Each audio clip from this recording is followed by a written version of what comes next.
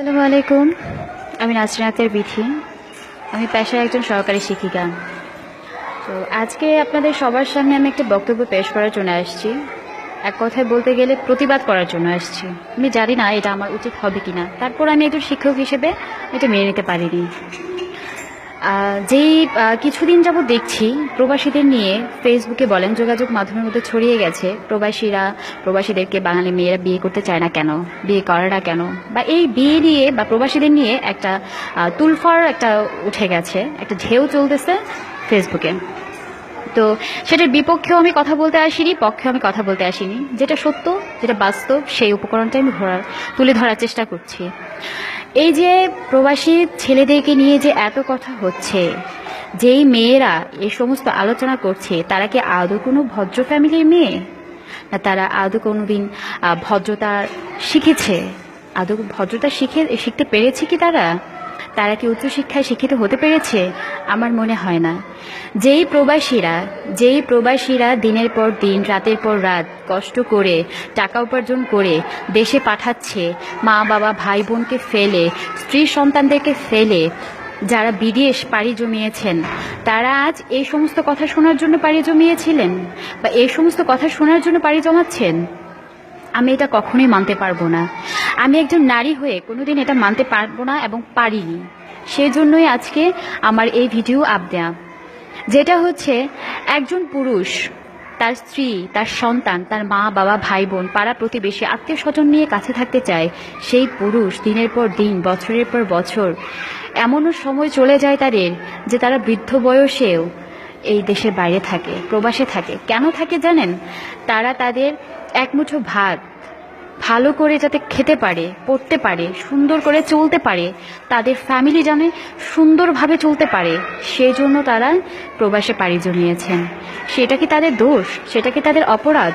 যে সমস্ত মেয়েরা এগুলো বলে বেড়াচ্ছে যে প্রবাসী ছেলেদেরকে তারা বিয়ে করে না, তারা বিয়ে করবে না, কেন? কিছু কিছু ফকিন্নির বাচ্চারা আছে, এটা আমি বলতে বাধ্য হইলাম, কিছু কিছু ফকিন্নির বাচ্চারা আছে যারা কখনো খাবার দুমুঠো ভাত জোগাড় করতে পারতি না, জীবনে ভাত খাওয়ার মতো যোগ্যতাও তোদের ছিল না, কামাই রোজগার করার মতো কেউ ছিল না বা নাই। সেই ফকিন্নির বাচ্চাদেরকে কিন্তু আজকে তালেবর বানাই দিছে এই প্রবাসীরা। ঠিক আছে, এই প্রবাসীরা তালেবর বানাই দিছে।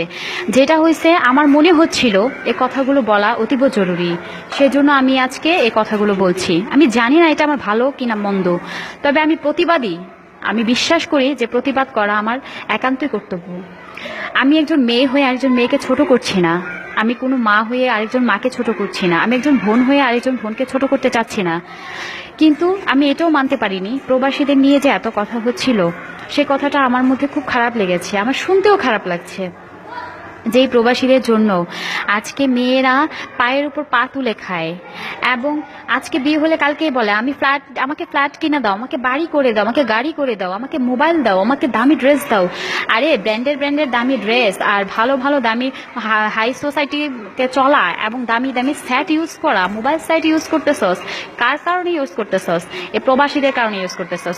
এই বাংলাদেশের প্রেক্ষাপটে আজকে আমি একজন সরকারি চাকরিজীবী, বাংলাদেশের প্রেক্ষাপটে কয়জন পুরুষ আছে যে তাদের স্ত্রীদের তাদের চাহিদা মতো চালাতে পারে? একমাত্র প্রবাসীরা আছে, একমাত্র প্রবাসীরাই আছে যারা তাদের বউদেরকে উন্নত জীবন দান করেন, উন্নত জীবন দিয়ে রাখেন, এবং সেই প্রবাসীরাই ঠকেন। তাদের বউরাই স্বর্ণ অলংকার নিয়ে পালায় চলে যায়, এইজনের হাত ধরে ওজনের হাত ধরে, ছেলে মেয়ে ফালাইয়া এভাবে চলে যায়। আমি আসলে এটা মানতে পারিনি। কেন মানতে পারিনি জানেন? আমি কুমিল্লা ডিস্ট্রিক্টের, আমি কুমিল্লা জেলার মধ্যে দেখা গেছে যে অধিকাংশ পুরুষ মানুষই দেশের বাইরে থাকে, অধিকাংশ মানুষই বিদেশে পাড়ি জমিয়েছেন। তাই বলে কি তারা বিদেশে পাড়ি জমিয়েছেন বলে কি তাদের অন্যায়, তাদের দোষ? আমি এটা মানতে পারলাম না। এবং আমি সেই সমস্ত মেয়েদেরকে বলছি যে সমস্ত জন্মের দোষ আছে, সে সমস্ত মেয়েদের জন্মের দোষ আছে। ঠিক আছে, এই যে 3-4টা মেয়ের জন্য হাজার হাজার মেয়েকে এত কথা শুনতে হচ্ছে, কেন? আমাদের কি দোষ? কিছু কিছু মেয়েরা খারাপ কাজ করে, বাকি দোষগুলো পড়ে আমাদের মতো সাধারণ মেয়েদের উপর। কেন পড়বে? একটা মেয়েকে বলা মানে আরেকটা মেয়ের উপর লাগা, একটা নারীকে বলা মানে আরেকটা নারীর কষ্ট লাগা। এটাই তো স্বাভাবিক, এটাই তো হওয়া উচিত। কিন্তু আজকে আমার খুব খারাপ লেগেছে এটা, যে প্রবাসীদেরকে নিয়ে যে কথা হচ্ছিল, যে প্রবাসীরা কখনো ভালো, বাংলাদেশের মেয়েরা প্রবাসীদের পছন্দ করে না, বাংলাদেশের মেয়েরা প্রবাসীদের বিয়ে করতে চায় না। কেন করবে না? আরে আজকে যদি একটা প্রপোজ আসে যে তুমি কি একটা ছেলেকে বিয়ে করবে, সে দেশের বাইরে থাকছে, সিটিজেনশিপ, ওমা সে তো দৌড়াই আসবে, হ্যাঁ আব্বু আমি বিয়ে করব। কেন না? কেন সে এই জন্য বিয়ে করতে চাচ্ছে যে সে তার সাথে দেশের বাইরে যেতে পারবে, ঘুরতে পারবে, আনন্দ করতে পারবে, ফুর্তি করতে পারবে, ভালোভাবে জীবনযাপন করতে পারবে। আমার চোখের দেখা বাস্তব যেই কথাগুলো আমি বলছি, এগুলো হয়তো অনেকের কাছে ভালো লাগবে না, কিন্তু আমার কিছু করার ছিল না, আমি এটা সহ্য করতে পারিনি। যে প্রবাসী ভাইরা রাতের পর রাত দিনের পর দিন কষ্ট করছে, যে কষ্ট করে আপনাদের জন্য দেশে টাকা পয়সা উপার্জন করে পাঠাচ্ছেন, একবার কি চিন্তা করেছেন কিভাবে পাঠাচ্ছেন, কিভাবে দিচ্ছেন? এটা চিন্তা কখনোই করেননি। ঈদ আসলে ঈদ শপিং করব, ব্যালেন্স দাও, টাকা দাও, আমি এভাবে করব ওইভাবে করব, লাখ লাখ টাকা উড়াচ্ছেন। কার উড়াচ্ছেন? সে প্রবাসী ভাইদের। আরে ফকিন্নির মেয়েরা, ভাত খাওয়ার উপযুক্তও ছিলি না, ভাত খাবি যে সে প্লেটটাও তোদের ছিল না। কিছু কিছু ফ্যামিলি আছে যে ফ্যামিলির মেয়েরা মানে কি বলবো, যে আসলে এইখান থেকে ওইখানে যাবে, সে ভাড়াটা পর্যন্ত তাদের কাছে থাকে না। কিন্তু এই প্রবাসীদের মতো ভাইয়েরা, প্রবাসীদের মতো মানুষেরা এই তোদের মতো মেয়েদেরকে কিছু মানে জায়গায় উঠাইছে আর কি, সেজন্য আজকে এই কথাগুলো শুনতে হচ্ছে তাদের। তবে আমি এটুকুই বলবো যে আসলে আমি কাউকে ছোট করে কথা বলছি না, হায় প্রতিপন্ন করে কথা বলছি না, কিন্তু আমার শুনতে খুবই খারাপ লেগেছে যে প্রবাসীদের নিয়ে এই সমস্ত কথা হচ্ছিল। আমি এটা আসলে মানতে পারিনি। আমি জানি না আজকে এই ভিডিও করার পর আপনাদের মনে কি আসবে। আসলে আমার খুব খারাপ লেগেছিল। এই প্রবাসীরা দিনের পর দিন, ঘন্টার পর ঘন্টা, সেকেন্ডে সেকেন্ডে কষ্ট করছে। কাদের জন্য করছে? এই বাংলাদেশে তাদের মা ভাই বোনকে, স্বামী এবং তাদের স্ত্রীদেরকে, তাদের সন্তানদেরকে ফেলে গিয়েছে, সেই জন্য তাদের জন্যই কষ্ট করছে, তাদেরকে রোজগার করে খাওয়ানোর জন্যই কষ্ট করছে, উপার্জন তাদের জন্যই করছে। আর সেই মেয়েরা আজকে বলছে যে প্রবাসীদের বিয়ে করতে হয় না, প্রবাসীদের বিয়ে করলে আসলে মেয়েরা কষ্ট পায়, হ্যান ত্যান। এগুলো কোনো কথা? এগুলো কোনো ভালো বংশের মেয়েদের কথা? আমার মনে হয় না। কখনো কোনো ভদ্রতা, কোনো নম্রতা, কোনো কি বলবো, যে শিক্ষিত ফ্যামিলির মেয়েরা কখনোই এগুলো বলতে পারবে না, এবং তাদের মুখ দিয়ে কখনোই এটা আসবে না। আমি তো এটা মানতেই পারছি না যে প্রবাসীরা এত কষ্ট করছে, দিনের পর দিন, ঘন্টার পর ঘন্টা এত কষ্ট করছে। কাদের জন্য? আরে 2টা টাকার জন্য ভিক্ষা পর্যন্ত মানুষ করে, 2টা পয়সার জন্য ভিক্ষা মানুষ পর্যন্ত করে। ব্র্যান্ডের শাড়ি, ব্র্যান্ডের গেঞ্জি, ব্র্যান্ডের টি শার্ট, ব্র্যান্ডের প্যান্ট, ব্র্যান্ডের আর কি বলবো, যে মোবাইল সেট, এগুলো ইউজ করতেছিস কার জন্য জানোস? একমাত্র প্রবাসীদের জন্য। আরে 10,000, 20,000, 25,000 তোদের কাছে কোনো ব্যাপারই না। 1 লাখ 1.5 লাখ টাকা পর্যন্ত শপিং করস, কার জন্য করস? এই প্রবাসীদের জন্য করস। আর সেই প্রবাসীদের নিয়ে এত কথা। তো আমি আসলে এটা মানতে পারিনি বলে আজকে ভিডিওটা করেছি। আমি জানি না এটাকে কিভাবে দেখবেন, তবে আমার খুব খারাপ লেগেছে, খুবই খারাপ লেগেছে। এই সমস্ত মেয়েদের জন্য, এই সমস্ত কুলাঙ্গারদের জন্ম দিয়ে যে মা বাবা কি ভুল করেছেন তারা নিজেও জানে না। এই কুলাঙ্গারদের জন্য আমাদেরও কথা শুনতে হয়। এরা যত বাজে কাজ, যত বাজে খারাপ কাজগুলো করে করে বেড়ায়, এবং এদের জন্যই, কিছু কিছু মেয়ের জন্যই আমাদের পুরো নারী জাতিকে অপমানিত, অবহেলিত হতে হয়।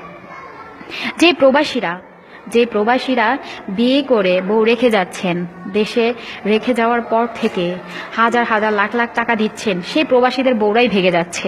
এই যে এত নিউজ দেখা যাচ্ছে, কিছুদিন পর পর দেখা যায় ফেসবুকেই একটা ঢেউ উঠে যায়, একটা ঝড় তুফানের মতো হয়, শুরু হয়ে যায় যে প্রবাসীর বউ আরেকজনের সাথে চলে গেছে, এইজন টাকা নিয়ে চলে গেছে, স্বর্ণ নিয়ে চলে গেছে, বাচ্চা কাচ্চা সন্তানাদি ফেলে চলে গেছেন। এটা হরহর হচ্ছে, বাস্তবতা। এটা বাস্তব স্বীকার করতে হবে, এটা হচ্ছে, এবং এই প্রবাসীদের ভাইদের সাথেই হচ্ছে। তোরা যে দিনের পর দিন এই প্রবাসীদের ঠকাচ্ছিস, প্রবাসীদের সাথে মেলামেশা করছিস, তাদের সংসার করছিস, তোদেরকে এক বিন্দু লজ্জা লাগে না? লজ্জা আছে তোদের মতো মেয়েদেরকে আসলে নারী হিসেবে মানতে আমার লজ্জা লাগছে, আসলেই লজ্জা লাগছে। আমার কাছে আসলে অনেক কষ্ট লাগছে যে দিনে একটা দিন মা বাবাকে না দেখলে কত কষ্ট হয়। সেই মানুষেরাই, আমাদের মতো মানুষেরাই দিনের পর দিন, ঘন্টার পর ঘন্টা, বছর কি বছর কাটিয়ে দেয় আত্মীয় স্বজন ছাড়া অন্য একটা রাষ্ট্রে যেয়ে কত কষ্ট করে। বাঙালিরা অনেক জায়গায় অবহেলিত, কত কষ্ট করতেছে শুধু এই বাংলাদেশে রেখে যাওয়া বউ বাচ্চা মা সন্তান এবং আত্মীয় স্বজনের জন্য, আর তাদের কিনা এভাবে অপমান। আসলে এটা আমি মানতে পারিনি। আমি জানি না আজকে আমার এই কথাগুলো কার ভালো লাগবে কার মন্দ লাগবে, কে কি বলবে না বলবে, কিন্তু আসলে আমি এটা মানতে পারিনি। এটা আমার পক্ষে মানা সম্ভব হয়নি। তো আমি আপনাদের সবার কাছে ক্ষমা চেয়ে নিচ্ছি যে আসলে আমি আজকে এই ভিডিওটা দিতাম না, আপলোড দেওয়ার কোনো ইচ্ছা আমার ছিল না, কিন্তু আসলে আমি বাস্তবতাটা থেকেই কথাগুলো বলেছি। আমি জানি না আপনাদের কেমন লাগবে বা কেমন লেগেছে। আমাকে সবাই ক্ষমার দৃষ্টিতে দেখবেন। আমি আপনাদের সবার কাছেই ক্ষমা চেয়ে নিচ্ছি, কারণ এই সমস্ত কথা বলা আসলে আমার উচিত ছিল না, কিন্তু আমি বুঝতে পারিনি এবং আমি সহ্যও করতে পারিনি। তো যে প্রবাসী ভাইরা আছেন, দেশের বাইরে আছেন, তাদের জন্য আমার অন্তঃস্থল থেকে তাদের জন্য আমার দোয়া রইল, শুভকামনা রইল। আপনারা অনেক ভালো থাকবেন, অনেক সুস্থ থাকবেন, এবং কে কি বললো না বললো এটা নিয়ে কখনো চিন্তা করবেন না, কারণ জীবনটাই হচ্ছে একটা যুদ্ধক্ষেত্র। এখানে যুদ্ধ করতেই হবে। এখানে সমালোচকরা থাকবে সমালোচনা করার জন্য, সমালোচনা করার জন্য পেছনে পেছনে ঘুরে। অর্থাৎ তাদের সমালোচনা শুনে যদি আপনারা স্তব্ধ হয়ে যান, মন খারাপ করেন, কষ্ট পান, তাহলে তো জীবনে চলতে পারবেন না, এগোতে পারবেন না। আমি আমার পক্ষ থেকে আপনাদের সবাইকে জানাচ্ছি অকৃত্রিম ভালোবাসা, এবং সবার প্রতি রইল আমার অনেক দোয়া এবং শুভকামনা। সবাই ভালো থাকবেন। আল্লাহ হাফেজ।